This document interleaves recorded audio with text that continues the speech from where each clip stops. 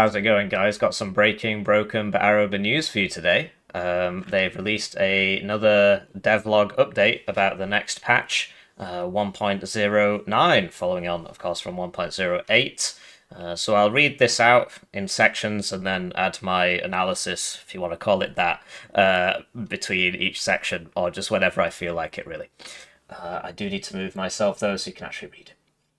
So, what we're working on, what's coming next? We love our passionate community and want to assure you that we are closely monitoring the feedback you've been sending, and we're committed to making meaningful improvements. Your voice matters, and we're not ignoring it. Our development team has been working tirelessly to address the most common and pressing issues that have been raised. As part of our ongoing commitment to transparency and open communication, we're adopting a faster-paced communication approach. We aim to keep you better informed on the progress of development and share updates regularly so you can follow along every step of the way. Our goal remains clear: to continue improving Broken Arrow, refining its features, and engaging with the community. We encourage you to keep sharing your feedback as it helps guide our decisions and priorities. So this is good, right? I've basically just got like terminal thesis autism, and I've noticed that there is a bigger gap here than there is there, but this obviously doesn't matter.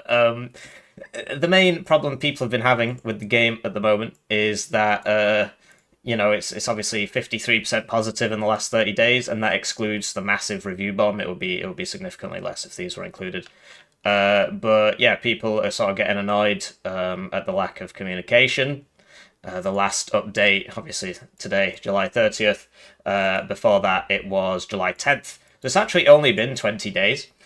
Which for like a regular company wouldn't be a problem, but in the games industry, certainly people, if you're playing the game every day, that's 20 days you haven't heard from them, so it starts to grate a bit. Yeah, so they wanna communicate more. Well, that's good. That's always a good thing. More communication's good. I actually think this is. Before these last 20 days, I thought this was something they were doing very well. And it's nice to know that they're going to be communicating more regularly, right? Anyway, what we're working on right now, anti-cheat system. We recognise that fighting cheating is a top priority, and we're treating it with the urgency it deserves. Our team is actively focused on improving this area and ensuring a fair experience for everyone. After the imminent release of patch 1.09, so that's interesting, right? We will only ban people using cheats outside of the solo campaign. This allows us to reduce the number of appeals and focus on multiplayer cheating. Yeah, so this is, if you look at the Steam reviews, they're getting a lot of negative reviews from people saying, I was playing single player with cheat engine or whatever, so I could just win easily. You can have your own opinion about that. And then I got banned from multiplayer. And yeah, I guess, if it's a single player thing, it shouldn't really affect anybody. But just the way the anti-cheat is structured, it doesn't discriminate. So that's good, I guess, for the solo players, right? You can now cheat in solo. Hooray! We have already expanded the team with an additional person, okay, dedicated to the management of cheating reports and appeals in case of false positives. Okay, hopefully they don't. Hopefully they don't reveal what this guy's name is. Can you imagine? Why did I get banned, Barry? Lord of cheating reports. But no, the studio isn't a very big studio. It's about it's less than 30 people. You can view the credits if you go in game, and so to have a guy dedicated to just dealing with cheaters is so a lot of people. Because this has just come out and people said, hey, you should check this out. Somebody said, hey, I bet you're going to have a good laugh about this. There's only one more guy. This is actually a significant commitment for such a small studio to have a guy that just deals with cheating reports. It is kind of a big deal. I mean, think about, so what's the average salary in the UK? It's like 30 grand a year. Chances are this guy's not on 30 grand a year, right? But whatever the employer pays, you basically have to times it by 1.5 to get how much it actually costs to employ them. If they're actually sat in an office that you're paying for, you times it by 2. But if they're working from home, times 1.5 is all right, because you have to pay for like their health insurance and stuff. If you're in the UK, obviously NHS, right? But the government makes your company pay half of your national insurance contribution, that sort of thing, something like that. Anyway, this is a big commitment, so that's nice of them actually. And then this was a really good one. More than 5,000 accounts have been banned from playing in multiplayer since the launch of the game because they were caught cheating. So that's July 30th, 5,000 accounts. July 10th, 2,000 accounts. They've banned 3,000 people in 20 days. So that is 150 bans a day. So whoever it is, cheat Lord Barry, he's working very hard. They're banning 150 people a day. So there's two ways you could look at this. Obviously, people accuse me of being a very negative Nelly, and I am in a pretty dark place at the moment, so I try not to be. The positive spin is, wow, they've banned 5,000 people. The negative spin is, how many cheaters are there if they've banned 5,000 people and have hired another person, and they're banning 150 people a day? Like, how many cheaters can there be in this game? That's a lot of cheaters. But yeah, it's nice that they're banning people, right? We are developing better tools to analyze player statistics and spot anomalies. So I kind of hinted on this one in the video for this, which I'll link, but none of you are going to read it. Yeah, well, none of you are going to watch it. Basically, the way the game works is that the clients, the computer that you're using or the cheater is using, can just tell the server, hey, I should be able to go 10 million kilometers an hour, and the server just goes, all right, and then it lets you do it. So something I spoke about last time was they can implement server-side checks. So if the client says I should get 10 million income, the server can say no, you shouldn't. You're probably cheating, and then ban them. Right? Regular update to the what? Regularly update the cheat database to counter the latest cheating methods that are being invented to circumvent our protections. Okay. So yeah, there's just more. We're trying to work on stopping cheating. We'll provide further details as we continue to progress in this area. We're advanced telemetry. We're improving our tools to collect and analyze data about players' behavior to help us make decisions about multiplayer balance, track cheaters, detect anomalies, etc. So this is basically what I just spoke about, right? In fact, they have already said it, but I guess it's worth saying twice. Right, here's the interesting one. Lever, penalty, and surrender option.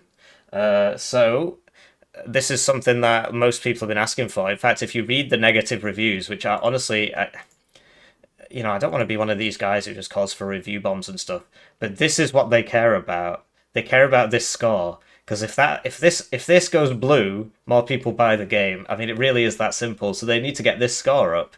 So when you leave a negative review saying there's too many cheaters, there's too many levers, they're reading these, or at least they're reading them in aggregate. So your feedback is working. As horrible as it is to leave a negative review for a game you love, I mean, I did it for the same reason. They're actually listening because you're doing that. So yeah, if you read the reviews, leave a penalty and surrender option sort of tied to each other. Very highly requested, yes. And they are being worked on. We will introduce a surrender option to give teams more control over their matches. So basically, I guess it's going to work like Dota 2 or League, where, okay, a majority vote is needed. So if 3 people vote to surrender, you're gone. Okay, I mean, obviously there's like, oh, should it be 4 people? But hey, whatever. At least it's happening, so that's nice.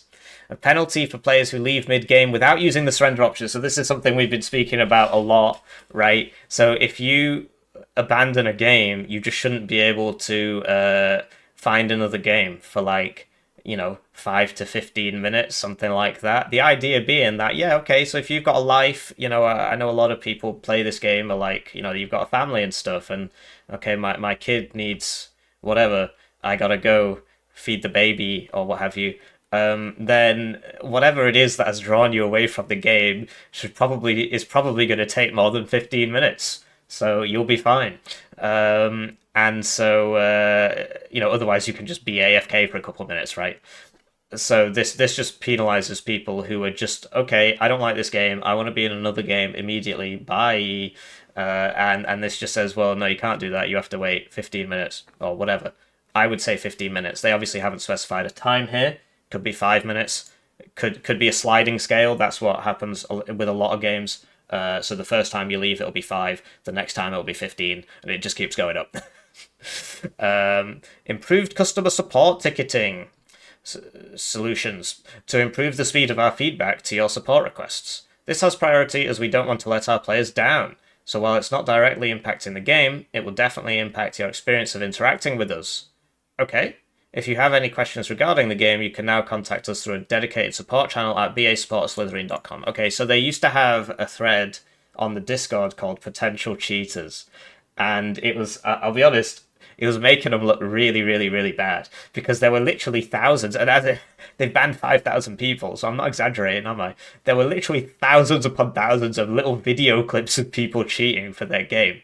So they had to get rid of that, I think, just because it made them look terrible. So now you can email them, and obviously that won't be shared publicly. So it's a win for them, basically. And of course, you know how to email people, so it doesn't really change what you're doing too much.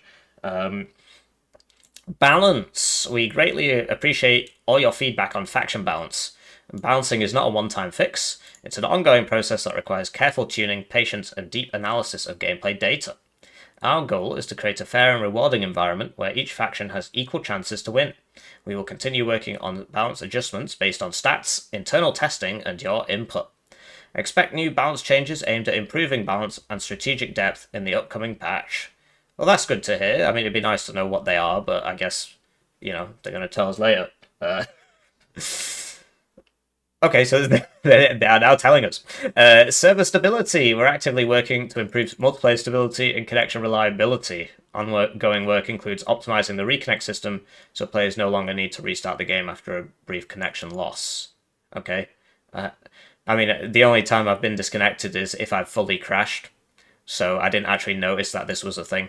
But yeah, I have seen people say, you crash and then to join back you got to restart your game like twice, and then the button shows up. So that's nice, right? That's obviously positive. We want your multiplayer experience to be as smooth and hassle-free as possible. What's coming with update 1.09? Our next patch 1.09. Okay, it doesn't matter. It doesn't matter. It will contain the following elements: a balance patch. Okay. A reduction of active protection systems efficiency. A reduction of the active protection systems efficiency. So this is huge. So the main reason why infantry sucks balls against vehicles is because you go into a forest, right? And so okay, first of all, what is active protection systems? It's a newfangled thing. It's pretty new. The idea is that the rocket is coming towards your tank. This happens in real life, but your mileage may vary, and the tank will shoot something quickly at the rocket. It'll either shoot a laser beam at it, which is optimal because lasers are cheap, and the rocket will just explode before it hits the tank, and then the tank's basically fine. Even if it explodes like a few centimeters away from the tank, you're going to get a lot better protection by doing that. So a laser would be optimal, but that what tends to happen, I think, is that basically it shoots like a shotgun shell. So the one that the US gets, I think it's called Trophy, it's actually an Israeli thing. In real life, it just doesn't work properly. So if you're too close, if the enemy is too close to the tank, let's say he's hiding in the destroyed rubble of his home in Gaza, right, and you're driving a tank over everything, the onboard detection system can't detect and shoot at the rocket in time to stop it from hitting the tank, right? It needs to be coming in from far away to give it time to react. Obviously, these systems will get better over time. The other thing is it shoots like a big canister. It's like a big shotgun shell at the incoming round, and so they tend not to switch it on because then all the infantry around the tank will just die because they'll get hit by. So the tank will be fine, but all the infantry in that direction will be dead because either the rocket exploded in their face, right, which is bad enough, I suppose, or they get hit by this massive canister thing. So it doesn't work if you're too close, and it doesn't work. Often they switch it off because it just friendly fires people, and also sometimes it just doesn't work. Right? I mean, it's not a foolproof system. In Broken Arrow, your infantry AT rocket can miss. Right? You have it's an accuracy. It's a pretty high accuracy, but if you're panicked, you'll notice they miss a lot. But the active protection system has 100% efficiency rate, and it works if you're in a forest. So that's how I would fix it. I would just make it so the active protection system has a minimum range. So yeah, if there's a tow 2 coming at you from 2 kilometers away, okay, the onboard computer's got plenty of time to sort it out. That's fine. If somebody's shooting at you from like 50 meters away with an AT4, I don't in a forest, right? So there's lots of other things blocking the detector from the guy with the rocket, right? Because there's trees in the way, basically. Then it just shouldn't work. So that's how I would fix it. I personally would say, it has a minimum range, and the minimum range is like just slightly bigger than forest view distance. So if you drive your Barbarous into the forest, the active protection isn't going to work against units next to it. Obviously, if you're on the edge of the forest and the tow's coming from 1,000 meters away, it would work. But I hope that makes sense. That's how I would fix it. How they're going to fix it, I got no idea. Maybe they'll increase the cooldown, because you'll note that it tends to be that every other rocket gets through. They might make it so it only stops 1 in every 3 rockets or something like that. And the reason they're getting through isn't because the active protection system isn't working, it's just it has a cooldown after it shoots. A reduction of damage of the incendiary munitions. Yeah, so this is pretty funny. I don't know if you've actually used that napalm grad. It's pretty absurd. I've had games where very good players have fired 1 round out of the napalm grad onto the building they want. Obviously, it's got a dispersion, so sometimes they'll fire 2 or 3, but I saw one specifically, I remember, where he fired 1 round, and then it just killed everybody in that building. And then he fired 1 more round. So that's cool. I do wonder how it'll affect bombers. So what a lot of people do is they'll mix incendiary with cluster, because of this weird one-shot protection that seems to be in the game, where everything seems to survive on like 0.1 HP after you do something to it. They'll mix an incendiary with the cluster, so the cluster will get it down to the tiniest slither of health, and then the incendiary, obviously because they'll be stuck in the middle of that, the incendiary will do just enough damage to kill it. So will that still work? Well, we have to see it, right? Various changes to make the Russian coastal troop specialization more attractive. Yeah, so in the open beta, this was actually incredible. It was actually really, really good. But now it's not. So basically, the Shirley Beretti used to have a really, really good rocket launcher, and then they nerfed them to make them like thermobaric, or give them grenade launchers or something. You can choose between those two. And so they're just not very good anymore. The whole spec's kind of bad. I like playing Russian motorized Coastal, because I think Coastal still works well as a support spec. But if you go on bahub.net, I think. So this is bahub.net. It's very, very good at showing things. And you can see the statistics, and you can see specialization usage. Coastal troops is the lowest by quite some margin. Obviously, the American ones are all higher. Everybody's playing America. I do think America is better, but Russia has a higher win rate. I think a lot of that is to do with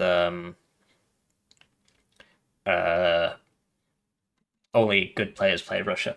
I'm obviously going to upset a lot of people by saying that, but that's the general gist of it. Anyway, coastal troops all the way down here. I think mech is worse, frankly. I actually do believe that mech is worse. It's just, whatever. And here's your ELO distribution. So that I was looking for this. It's nice that they've finally added it. So yeah, the average ELO is 300 apparently. Okay. The way the ELO works in this game is very, very weird. I'll just link the video in the description. It's very odd. Anyway, yeah, make Russian coastal troops more attractive. Okay, great. Various changes to rebalance the interest of some over and underperforming units. Okay, well that could be anything really. But there you go. And several autocannons didn't have enough angle to shoot targets located right next to them. So yeah, I just assumed that was like a minimum range on the weapons. But yeah, I guess if it can't turn enough to shoot them, then I suppose it has the same effect. So they're going to fix that apparently. Doesn't say which ones, right? Doesn't say which ones. It's a shame. I'd like to know, but I guess we'll find out when it happens. Fixed. Vehicles stopped turning their chassis towards the enemy when using some of their weapons, even if the weapon didn't need the help of the chassis to reach its target. Okay, so I guess so I've had instances where I'm getting side shot even though I'm shooting at the guy, the vehicle isn't turning to face him. I have seen that once or twice. So I guess that's that. So you'll get side shot less basically.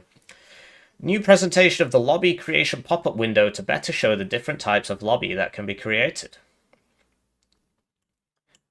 Okay. It's kind of hard to fit this on the page, but there you go. You can now choose lobby type. All right. The thing is, if you wanted to do a skirmish lobby, you had to enter a different panel to just make a skirmish lobby. So I guess this does make things easier, so that's nice. Option to restart campaign missions and scenarios in the escape menu. Okay, so you can restart the mission, but you still can't save it because there's no save. So that's the thing all the boomers have been asking for, right? They say, look, I got to take the kids to school or whatever. I can't just leave this running on a 2-hour mission. That's obviously a lot harder to implement than a restart button, so I guess we get the restart button first. Would be nice to get a save. Not for me personally, I don't really care, but it's a very popular request by a lot of you guys, so I might as well point it out.